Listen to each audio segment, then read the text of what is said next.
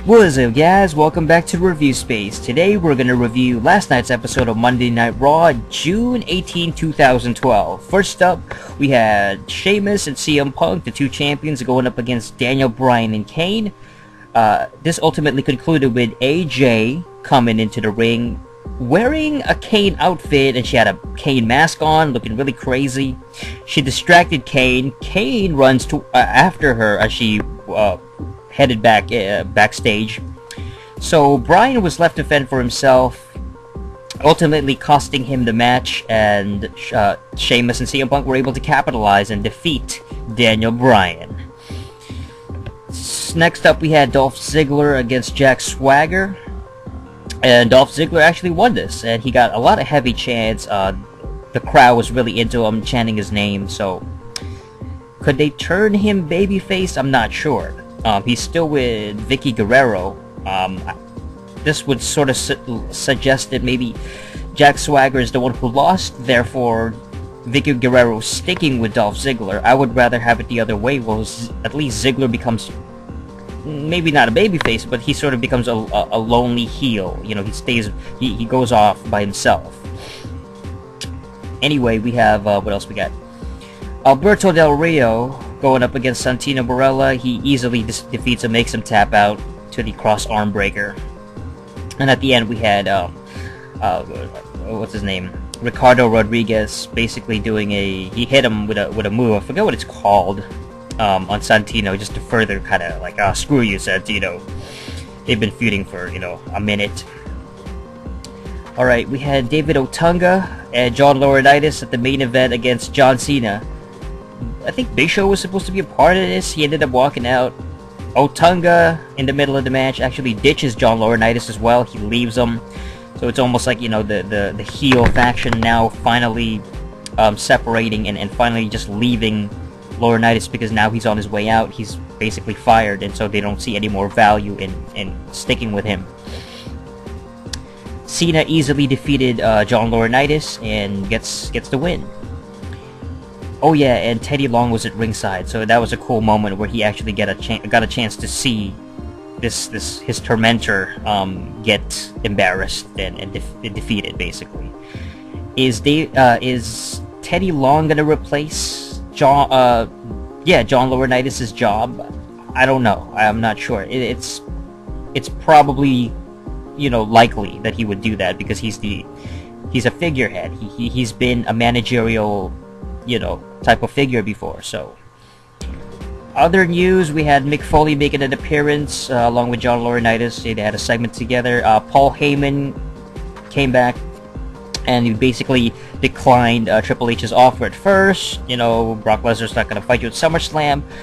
Triple H comes in. He was basically antagonized by Paul Heyman. Da-da-da-da-da, your wife, da-da-da. He got punched by Triple H ultimately. And he says that Lesnar, he will have a match with Lesnar at SummerSlam. They probably will. It's pretty much set in stone, you know. They're just basically teasing it at this point.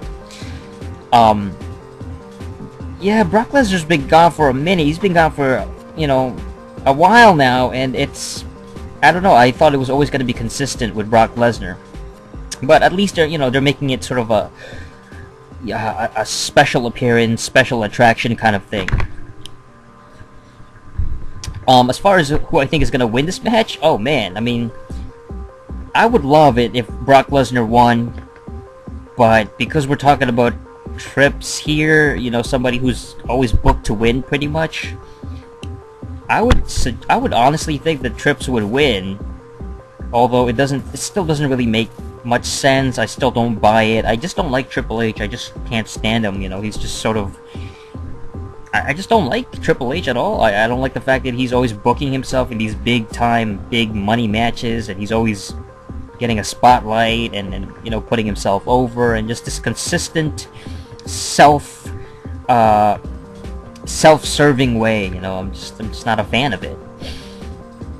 And then we had a segment with Cyndi Lauper and Wendi Richter. They actually came back, which was kind of interesting.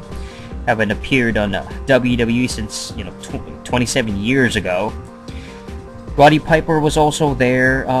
They just basically beat on Heath Slater. They smashed him with a record. I thought it was an awkward segment. The crowd was really not into it. I think they were chanting Zack Ryder again. It just didn't... I don't know, it just was kind of like, ugh.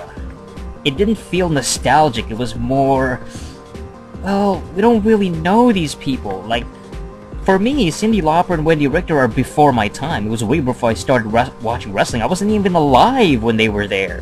When they appeared at the wrestling WWE programming. I mean, I know of them. I've heard her music. I know of Wendi Richter. Like, I know of them. I know their reputation. But it's just, it's before my time. It's so many generations ago. But it was weird. I guess the crowd was just not into it for some strange reason, you know? Roddy Piper got a pretty good pop, though. I thought that Piper was just... He always gets a big pop anyway, but he was like the only one that was the crowd really cared for, so that's all there is to that. Overall, this episode of Raw was not really that great. I had to fast forward through a lot of the stuff, a lot of the segments, just to get to the what happened. Nothing really happened in terms of storyline that was really important. Probably the Triple H, Paul Heyman thing was the most compelling, I guess, but everything else just seemed kind of, you know, it didn't feel important. It didn't feel like it progressed any storyline importantly, you know, and not in that kind of, you know, the AJ distracting Kane thing was just kind of awkward. Dolph Ziggler, you know, I don't know.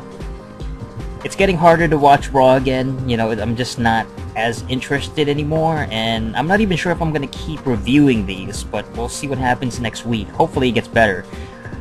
So far, this 3-hour thing, or I think was it 3 hours or 2 hours? I'm sorry guys, but I don't even know if it was Raw 3 hours this week? Because I don't watch it on TV, I watch it on YouTube, and, you know, it's only like an hour and 30 minutes on YouTube, but I'm not even sure. So anyway, that's it for this episode of Review Space. Until the next review, ciao.